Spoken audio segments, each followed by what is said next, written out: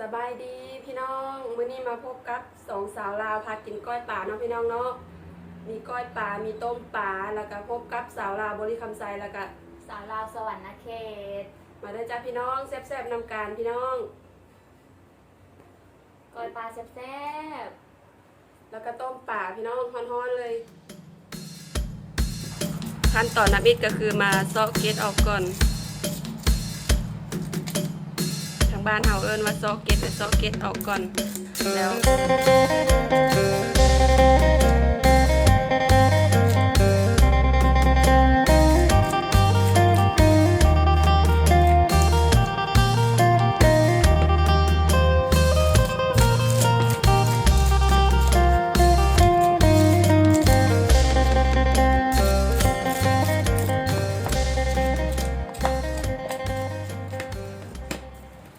ขั้นตอนต่อไปก็คือเอาขี้มันออก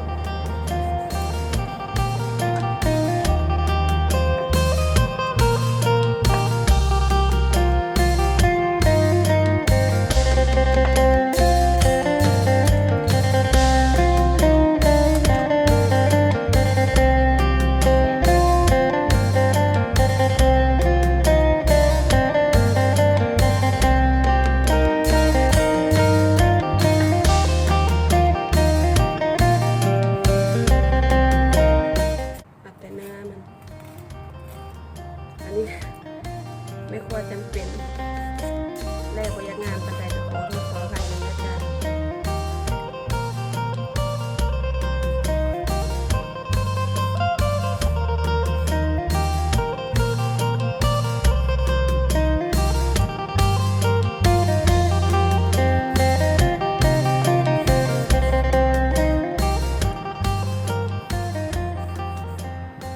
นี่เนาะจ้ะจะแล่ให้มันได้แบบนี้เนาะ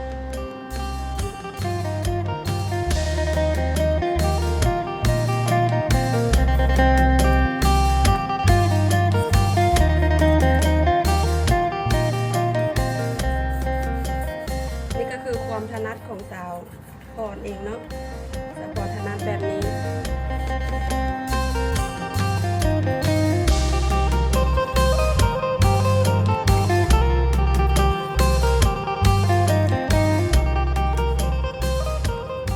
ขั้นตอนต่อไปก็สิมา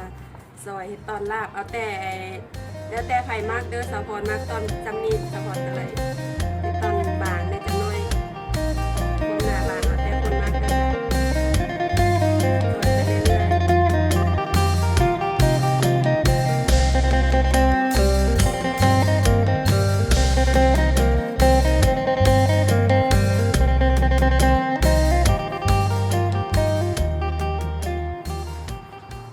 เด้อขั้นตอนต่อไปก็สิใส่ขนมไปก้อนหนึ่งเพื่อความนัวใส่ตะไคร้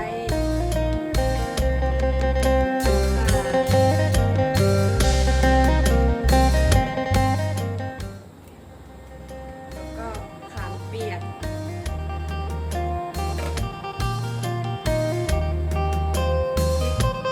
ที่ตำแล้ว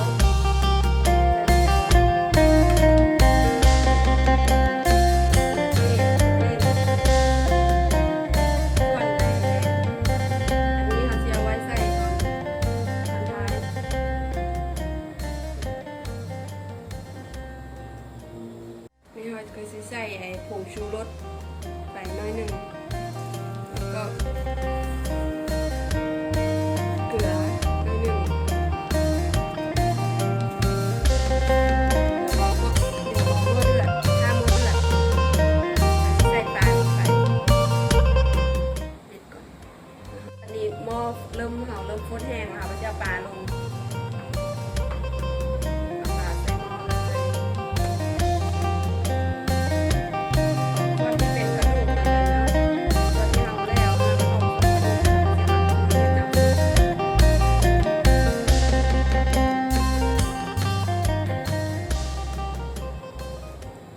ป่าลงหม้อและเก็ดลับก็คือห้ามคนเนาะเพราะว่าเวลาเขาคนตอนเขาป่าลงหม้อแล้วมันสีขาวปลาไว้จนกว่ามันสีสุกเดือดแล้วสีรสชาติเพราะว่าเวลาเขามันเปิดบางเนาะคันว่าเห็นเป็นฟองอย่างที่กระตักก็จะเป็นฟองกันตา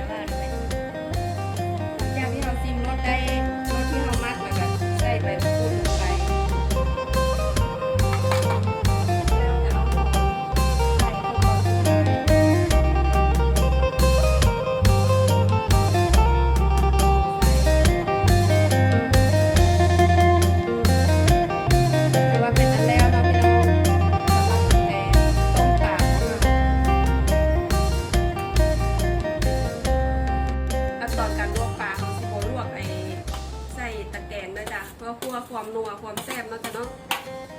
เอาสิลวกใส่หม้อจังซี่ลวกปลาไว้เดี๋ยวมันจะมากลับด้านเอาเพราะว่าคันเอาคนมันหลายมันก็สิเอากินข้าวแซ่บลาบมันก็แซ่บ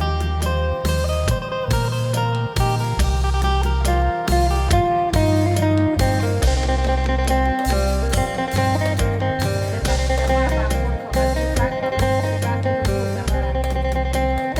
เราบ่มักไอ้ตอนบ่อุ่นปานใดเพราะว่าสะพอนบ่กินดิบ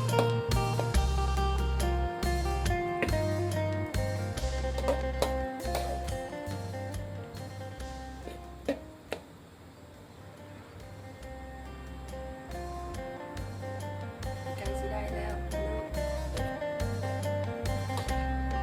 เดี๋ยวเรามาเบิ่งขั้นตอนการลาบต่อไปเลยเนาะใส่ผงชูรสหรือว่าแป้งนัวเนาะใส่พริกป่นแล้วแต่ความมักก็จะพริกป่นมักเผ็ดก็ใส่หลายแต่ว่ากินเผ็ดก็ค่อยได้ใส่น้อยๆอันนี้ข้าวคั่วด้วยจ้ะ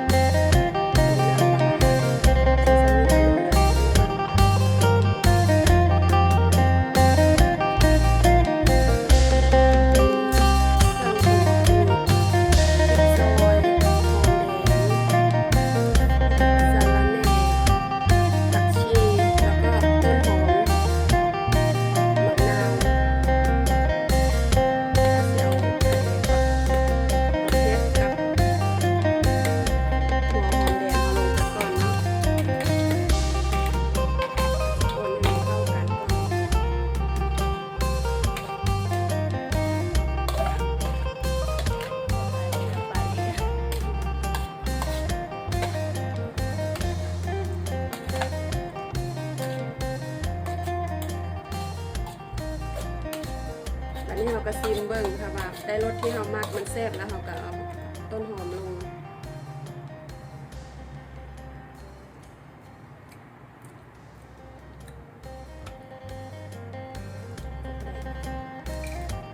ขอเสิร์ฟไปได้อีกหน้อยหนึง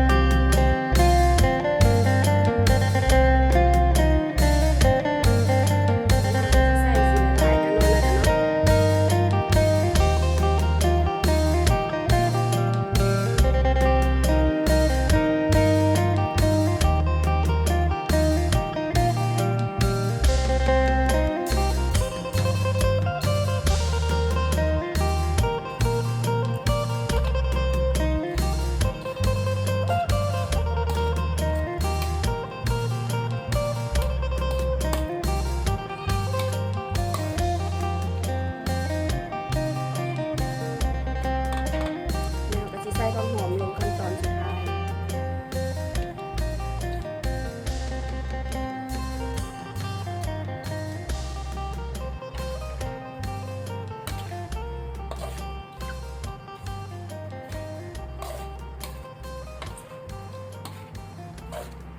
จบคลิปได้เลย สบายดีพี่น้องมื้อนี้มาพบกับสองสาวลาวพากินก้อยป่าเนาะพี่น้องเนาะมีก้อยป่ามีต้มป่าแล้วก็พบกับสาวลาวบริคำไซแล้วก็ สาวลาวสวรรณเขต มาได้อจ้าพี่น้องแซ่บๆนำการพี่น้อง ก้อยปลาแซ่บ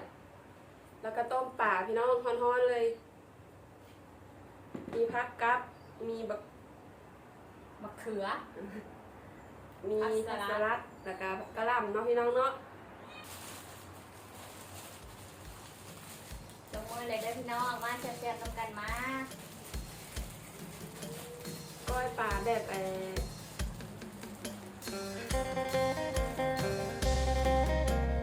ค่ะ ปลาแซ่บ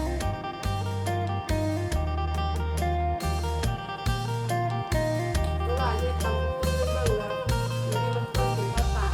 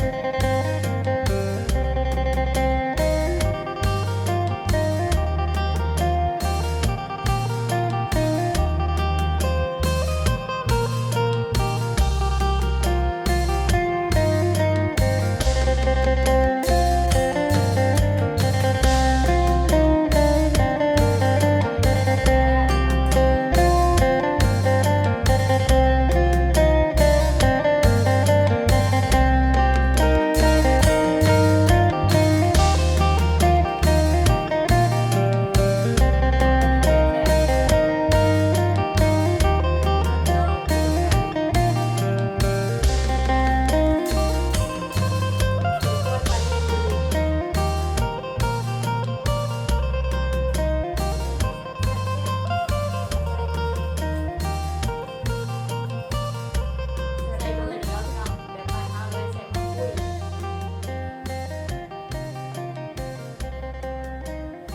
สดต้มปลานัวๆแซ่บ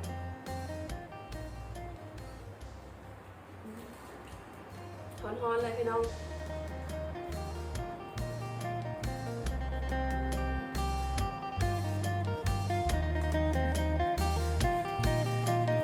ตักผักแบบนี้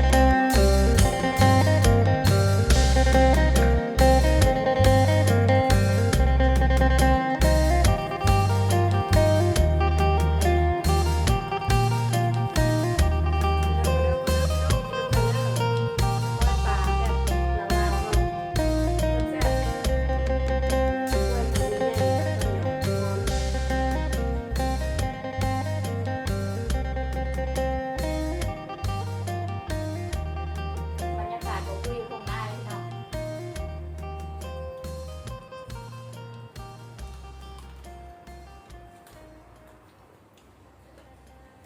บรรยากาศกรุงเทพก็คือบรรยากาศทางบ้านนะคะกินตามเทียงนาตามทงนา แต่กระแสคือเก่าพี่น้องใส่ปลาแดกบ้านเฮากินไม่ใช่กระแสผมใส่ปลาแดกคนลาวบ่ลืมปลาแดกเนาะพี่น้อง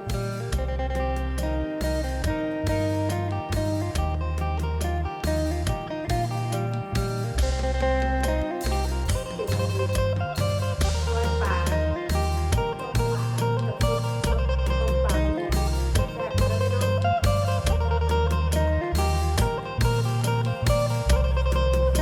สองคนคือเก้าเลย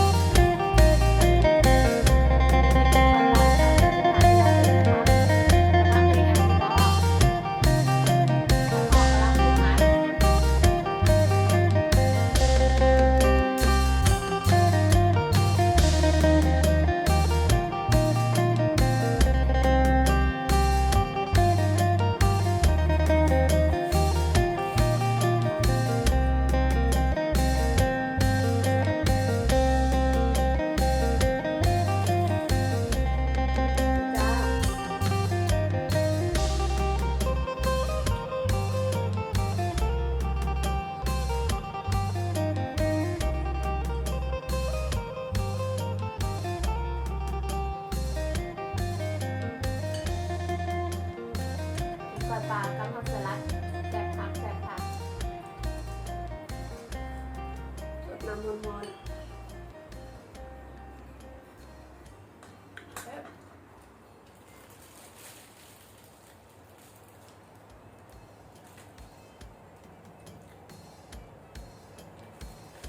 ขอเนี้ยพันทอด